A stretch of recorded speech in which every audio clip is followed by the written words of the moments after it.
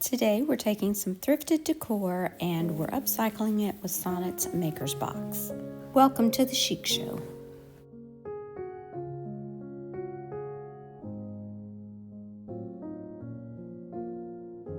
This little wood soap holder looks like it was handmade, and we're going to see what we can do with this. I'm going to remove those letters off the top, which proved to be pretty difficult, and then I had to sand away the glue, and still some of the glue was there. So I eventually got it off enough that I could paint it. And I'm going to be using Fancy Farm Girl on the sides and White Swan on the top. And these are DIY paints. And I'm also going to be using the napkin that Sonnet sent. Once everything is painted and dry, I went around all of the edges with my finger sander just to bring back some of that white paint and some of the wood underneath. DIY paint does need to be sealed, so I'm using DIY's liquid patina for this, and I'll be brushing this over the entire piece. And when we get to the front where I've painted it white, I'm going to let that dry completely.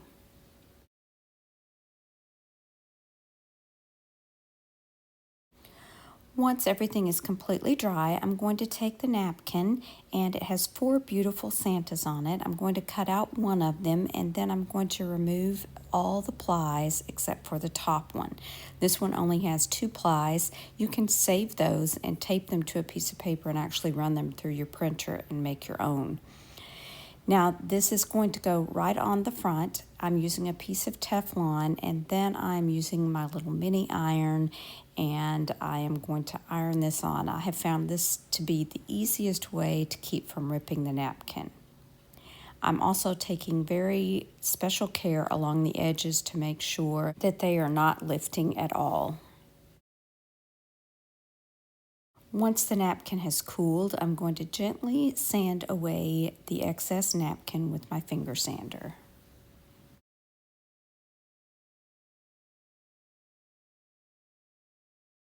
Now I'm going back with that finger sander and just gently sanding the edges of that napkin again to make sure that I have a little bit of that wood and that underneath white paint.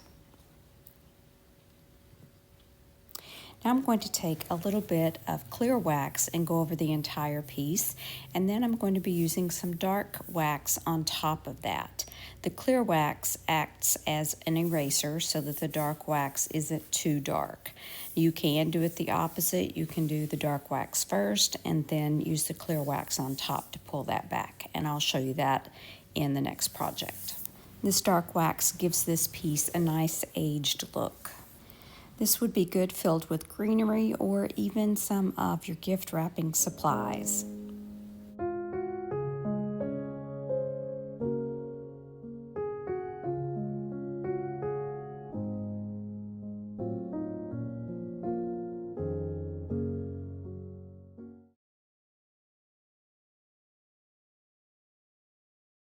This is an adorable little Christmas tree shelf. Not exactly sure where you would actually use this or hang it from. If you have any ideas, let me know in the comments. I have mixed together some of the Sweet Pickins milk paint from the box, and it is called Basil. It's a beautiful green color. You mix your milk paint and then let it sit aside for 10 or 15 minutes and it will thicken up. The first coat, I'm just trying to get it on there, and then I will let that dry and I will go over it again with the second coat, hoping for some chipping and crackling.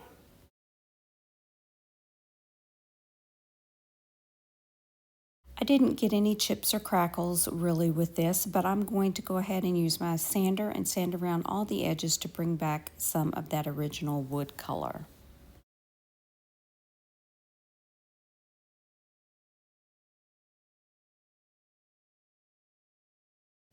Milk paint also needs to be sealed, so I'm going to be using black wax for this, and this is where I can show you how to pull back the wax if it's too dark. So I started with the dark wax this time, put it on, and then panicked just a little bit because it was so very dark. But I am working in sections so that I can get a dry paper towel and then wipe that wax back.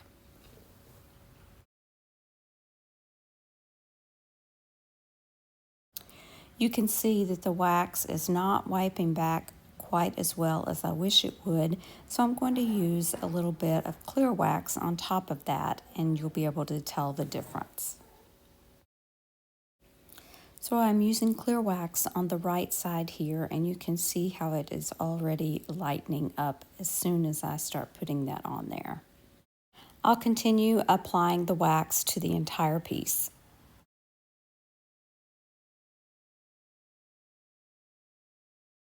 I love the look of the dark wax on dark colors like this. It really gives it a nice aged look.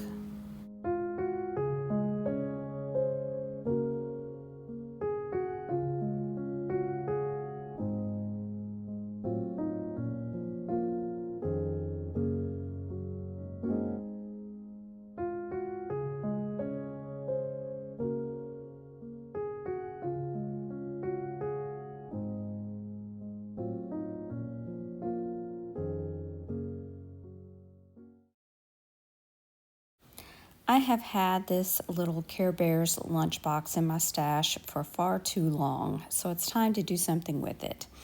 I removed the handle and I'm taping off the hardware, and I'm going to take it outside and give it a coat of black spray paint. I'm going to be using the Painted Photographer's rice paper called Mary St. Nick.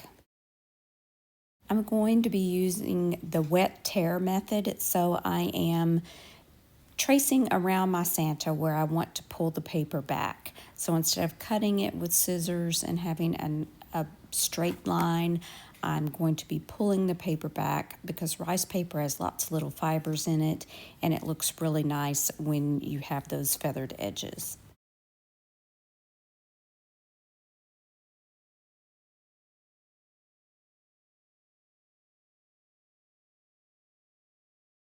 I know I want to decoupage him on the front of this lunchbox, but before I do that, I need to paint the back of it white. So I'm going to be using White Swan for this.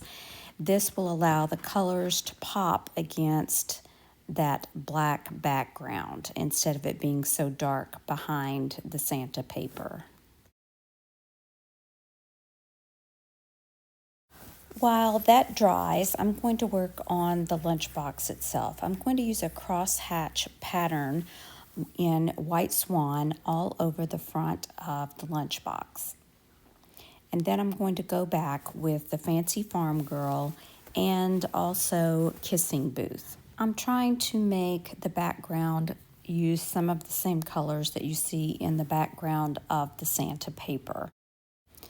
I was not satisfied with the way this was looking, so I put the Santa paper down and then just started stippling on some more white paint to look more like the background. This was not really working for me either, so I went back with a paper towel and just kind of dabbed around it, thinking that might help. I still was not very happy with it, but I went ahead and decoupaged my paper onto the front. I got so distracted with the painting that I forgot I really wanted the Santa the other way so that I could lay the box down instead of have to stand him up. But nevertheless, we're going to power through and finish this project. So I used liquid patina and I brushed that on to the box, and I spritzed the paper with a little bit of water that loosens up the fibers, and it just decoupages down a lot easier.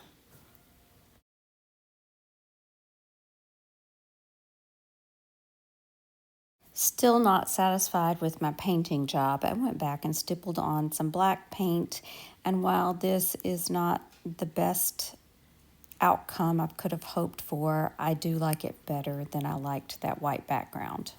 And this way you can still see some of those other colors through the black paint that tie this piece together.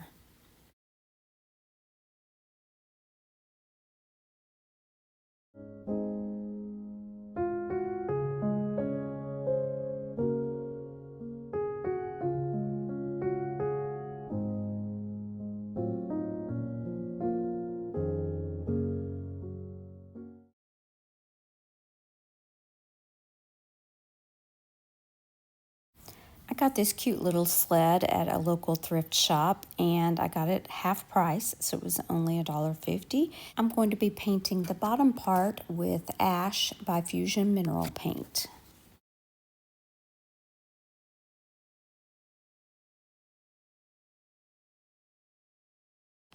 Roycycled's decoupage paper in North Pole plaids will be perfect for this piece.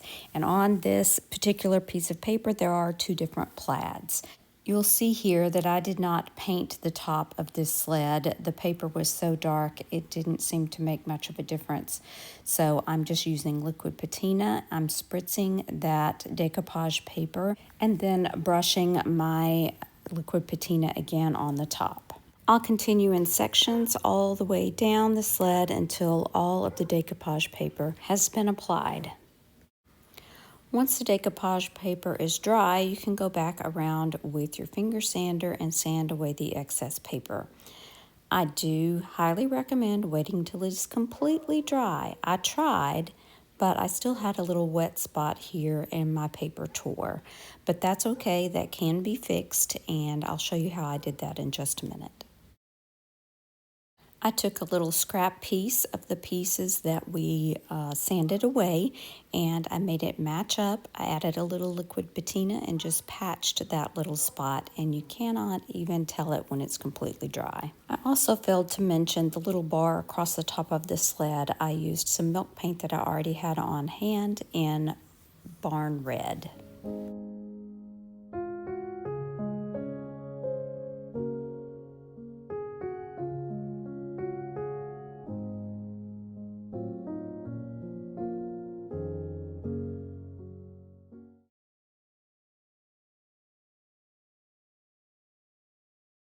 I got 3 of these silver trays for pennies at a garage sale that a church was having, and on the last day it was fill a bag for $5.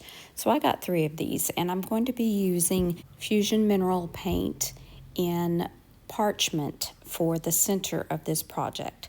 I'm also going to be using the Winter Birch rice paper by the painted photographer that's in the box.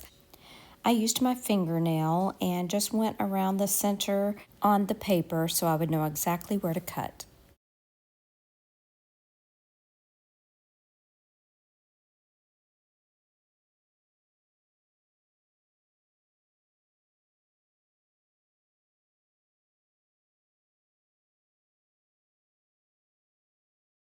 Once again, I'm using liquid patina on the center. I'm going to brush that around, spritz my rice paper, and then place it on the center with more liquid patina on the top.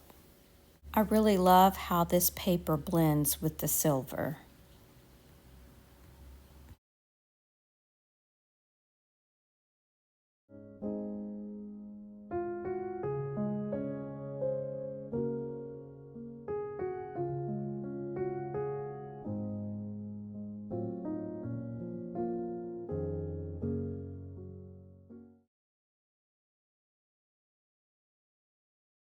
For this tray, I'm going to go back with the Ash Fusion Mineral Paint and just paint around the edges.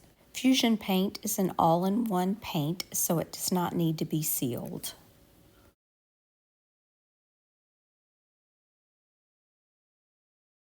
Now I'm going to be using Santa's Greetings by Roycycled Decoupage Paper. It is full of beautiful Santa images, just gorgeous. I'm going to be using this one on the bottom right here that looks like a postcard. I cut out the section I wanted and made sure it was a little bit bigger than I needed, and then again just placed it in the center, and using my fingernail just went around the edges so I would know exactly where I needed to cut. I then decided I didn't want to cut it. I wanted to use the wet tear method, so that was cutting it pretty close. But I managed to paint just the edges and pull away just the very edge so that it wouldn't be too small for the center of my piece. Again, normally I would paint the center of this tray white, but I got distracted by something and just didn't even think about it. So I'm spritzing my paper with water and I'm going to use that liquid patina to apply the paper to the tray. I immediately noticed how dark this was going to be against the tray, but I proceeded forward anyway, and I was hoping that the paper would lighten up once it was dry, and it does do that, but it certainly would be better if I had painted the background white. Those colors would have really popped, and these colors are so beautiful. I'm kind of sad that I didn't do that. As you can see, it did lighten up quite a bit, so that's good. I'm going back with a little bit of gold rub and buff, and I'm dabbing it on the bells and other places on this paper just to give it a little bit of shimmer. Then I'm applying a little bit with my fingertip along the edges.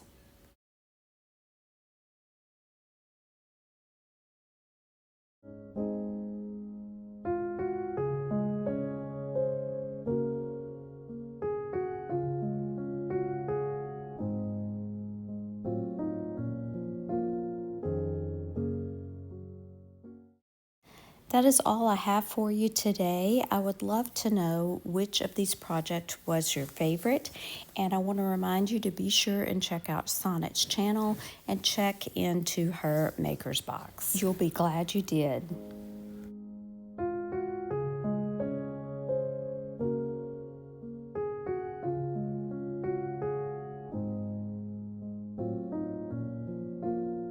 If you're looking for more Christmas ideas, be sure and check out Sonnet's channel or this video right here. Thanks so much for watching. Remember to share the chic. Bye now.